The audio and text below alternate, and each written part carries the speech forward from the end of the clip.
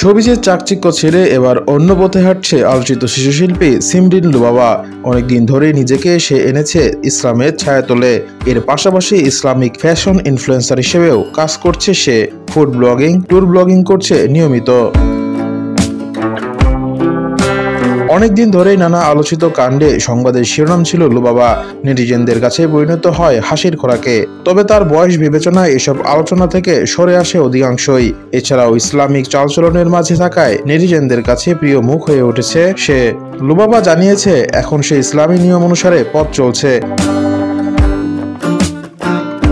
সম্প্রতি অভিনেত্রী দিলারা জামানের হাত থেকে আলোকিত নারী পুরস্কার পেয়েছেন লুবাবা। এ সময় উপস্থিত ছিলেন চিত্রনায়িকা শবনম বুবলী সহ শোবিজ অঙ্গনের অনেকেই। আর সামাজিক মাধ্যমে পুরস্কার গ্রহণের সেই ভিডিওতে লুবাবাকে বলতে শোনা যায়, এখন আমার বেশি ভালো লাগে মানুষকে ইসলামের ব্যাপারে শিক্ষা দিতে, আমি নিজেও শিখছি। ভিডিওটির ক্যাপশনে লুবাবা লেখে, অভিনেত্রী দিলারা জামানের হাত থেকে আলোকিত নারী পুরস্কার পেলাম, সবাই আমার জন্য দোয়া করবেন, আপনাদের ভালোবাসায় আজ আমি এখানে। বলা বাহুল্য, ইসলামের ছায়াতলে নিজেকে নেওয়ার পর লুবাবার প্রশংসায় মাতছেন অনেকে। বিভিন্ন সাক্ষাৎকারে এই পরিবর্তন নিয়ে মুখোমুখি হচ্ছে লুবাবা।